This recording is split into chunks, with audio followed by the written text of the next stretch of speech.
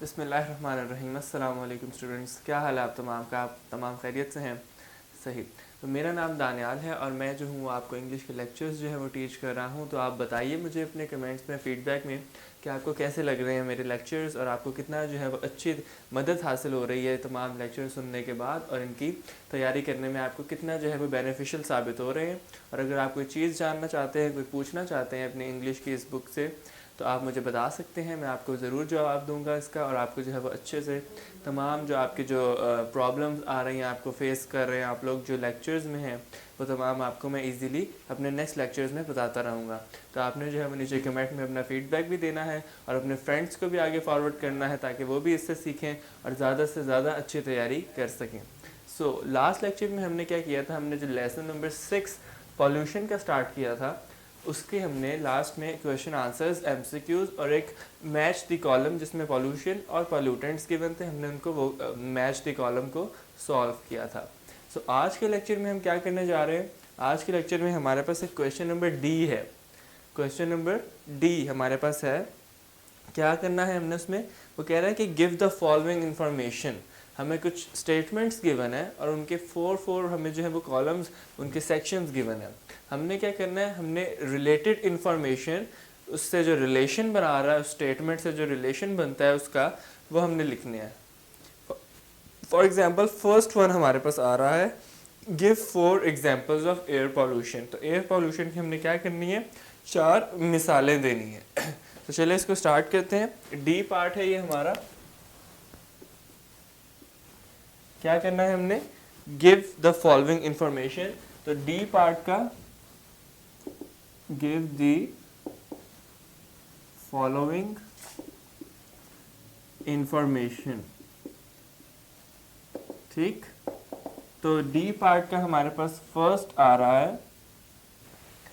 First हमारे पास क्या है? Give 4 examples of air pollution. Air pollution की हमने क्या करनी है? 4 एग्जाम्पल्स देनी है। मैं यहाँ पर सिर्फ और सिर्फ आंसर लिख रहा हूँ, आपने जो है इसको नोट डाउन कर लेना है। ठीक है, मैं यहाँ पर क्या लिखूँगा? 4 एग्जाम्पल्स ऑफ एयर पॉल्यूशन। ठीक, यहाँ पर करते हैं ताकि हमारे पास ना एक और जो नेक्स्ट क्वेश्चन है उसका भी यहाँ पर आसानी से एक ही हमारे सेक्शन में आ जाए। 4 एग्जाम्पल्स ऑफ एयर पॉल्यूशन। ठीक, सो द फर्स्ट वन क्या एग्जाम्पल हो सकती है? ए पार्ट में हम क्या लिख सकते हैं एयर पॉल्यूशन की? हम इंडस्ट्रीज लिख सकते हैं, इंडस्ट्रीज, सनतें। ठीक है, फैक्ट्रीज। तो वो हम क्या लिखेंगे? वो एयर पॉल्यूशन का सबब बनती हैं। इंडस्ट्रीज, कारखाने। इस तरह सेकंड बनता है हमारा जेट प्लेन्स, जहाज जो होते हैं, हवाई जहाज जो होते हैं, वो भी एयर पॉल्यूशन का सबब बनते हैं। ठीक, इसके बाद बनता है हमारा कार्स, गाड़ियां। जैसा कि आप तमाम जानते हैं, व्हीकल्स जो हैं वो जो धुआं अपना साइलेंसर्स में से उनके निकलता है, वो तमाम क्या है? एयर पॉल्यूशन का एक कॉज है। Buses, last one, buses. ठीक है, तो बसें जो हमारी लोकल ट्रांसपोर्ट होती है हमारी कंट्री में, वो भी काफ़ी जो है वो पॉल्यूशन क्रिएट करती है एयर। नेक्स्ट आ रहा है give any 4 water pollutants. Second क्या आ रहा है? सेकंड का आंसर मैं यहाँ लिखता हूँ, ये फर्स्ट का था, ये सेकंड का। क्या सेकंड का करना है हमने? 4 वाटर पॉल्यूटेंट्स। सो 4 वाटर पॉल्यूटेंट्स मैं यहाँ लिखूंगा। आपने इसको नोट डाउन कर लेना साथ साथ, ताकि इसमें आपको कोई मसला ना हो। इसको थोड़ा सा करीब कर लेते हैं ताकि हम जो है वो आसानी से इसको लिख सकें। So this was the first one, this is the second one. इसका मैं आंसर लिखूंगा यहाँ पर कि हमारे पास ऐसे 4 एग्जांपल्स देनी है। किसकी? वाटर पोल्यूशन की। वाटर पोल्यूशन की हमने 4 एग्जांपल्स देनी है। So the first one is domestic and industrial waste. Domestic and industrial waste, यानी जो घरेलू और घरेलू और जो कारखानों में जो रॉ मटेरियल बच जाता है, उनका वेस्ट बच जाता है, जो तमाम वो ऐसी अशियाँ होती हैं जो कि ज़ाया कर दी जाती हैं, घरेलू और इंडस्ट्रियल, ये तमाम क्या आता है वाटर पोल्यूशन में। नेक्स्ट है remains of dead animals and plants. Remains of dead animals and plants, ठीक है। जानवरों और पौधे जो मर जाते हैं वो तमाम किस में आएंगे, वाटर पोल्यूशन में आएंगे। उनके जो बकाया जात बच जाते हैं, फॉर एग्जांपल कोई एनिमल्स जो हैं वो मर जाते हैं, या प्लांट्स जो हैं वो टूट जाते हैं, बेकार हो जाते हैं, पुराने हो जाते हैं, खस्ता हाल हो जाते हैं, तो वो क्या बन जाते हैं, वाटर पोल्यूशन के सबब बन जाते हैं। बैक्टीरियल ग्रोथ, बैक्टीरियल ग्रोथ,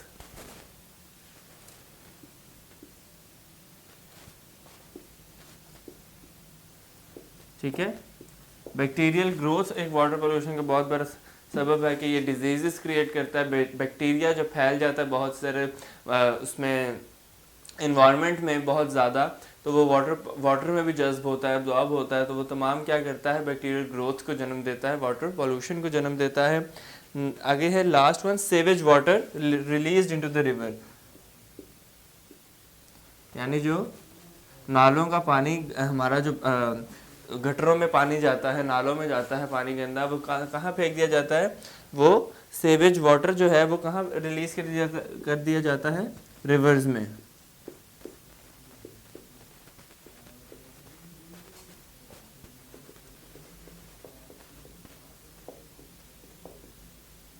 ठीक है, सेवेज वाटर जो कि रिवर में रिलीज कर दिया जाता है। सो ये था हमारा सेकंड हमारी रिक्वायरमेंट जिसमें हमने वाटर पोल्यूशन के कॉजेज देने थे। ये है हमारे पास फर्स्ट वन जिसके हमने देने थे कॉजेज एयर पोल्यूशन के। सो एयर पोल्यूशन की जगह मैं थर्ड वन यहाँ पे करूँगा। थर्ड वन हमारे पास क्या आ रहा है, list any 2 harmful effects of air pollution on human health. Air pollution के 2 हार्मफुल इफेक्ट्स लिखने हैं on human health. Third one answer. So the first one will be, first जो है वो मैं यहाँ पे लिखता हूँ कि वो क्या बनता है, ए करते हैं इसको,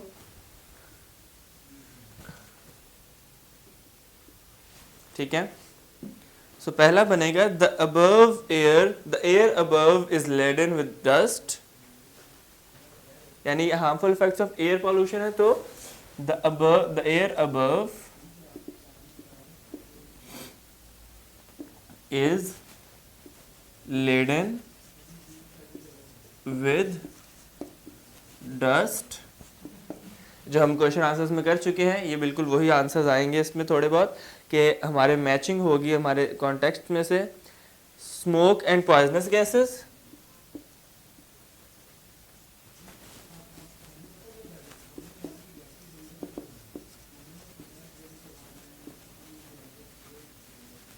ठीक है, this is the first one. First जो है वो हार्मफुल इफेक्ट है किसका,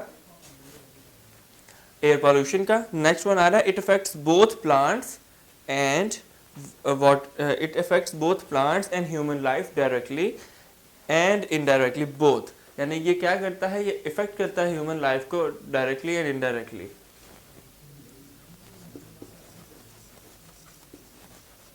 इट अफेक्ट्स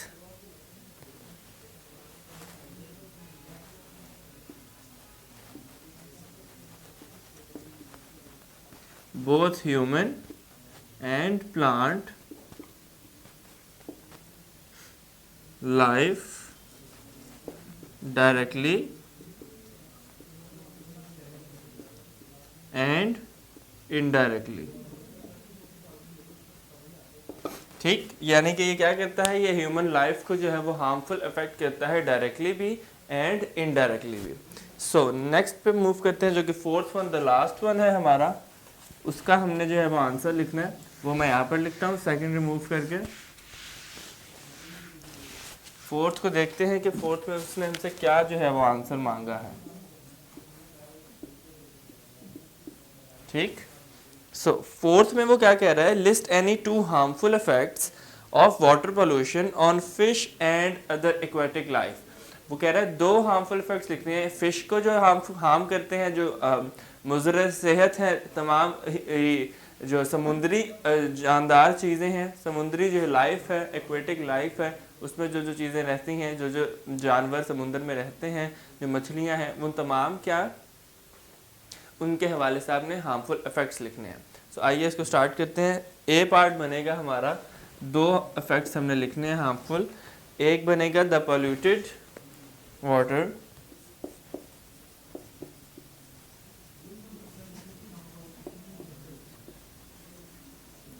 damages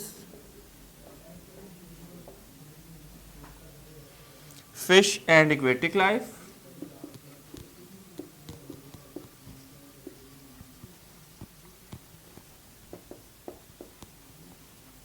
ठीक, कि पोल्यूटेड वाटर ने क्या किया, डैमेज कर दिया है, करता है एक्वेटिक लाइफ को भी और फिश को भी।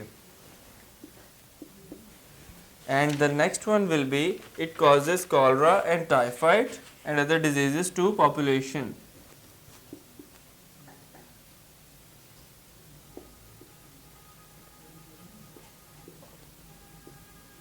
Cholera and typhoid, it causes cholera and typhoid and other diseases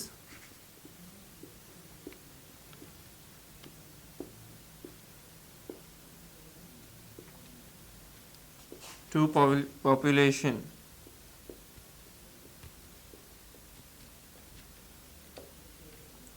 ठीक, तो ये थे हमारे 4 क्वेश्चंस, जो कि पार्ट बी हमारा क्वेश्चन। पार्ट डी हमारा क्वेश्चन था कि गिव द फॉलोइंग इंफॉर्मेशन। तो उसने हमें 4 स्टेटमेंट्स गिवन दी थी, हमारे पास गिवन थी, और हमने उन 4 का क्या करना था, उनके हवाले से हमने इंफॉर्मेशन देनी थी।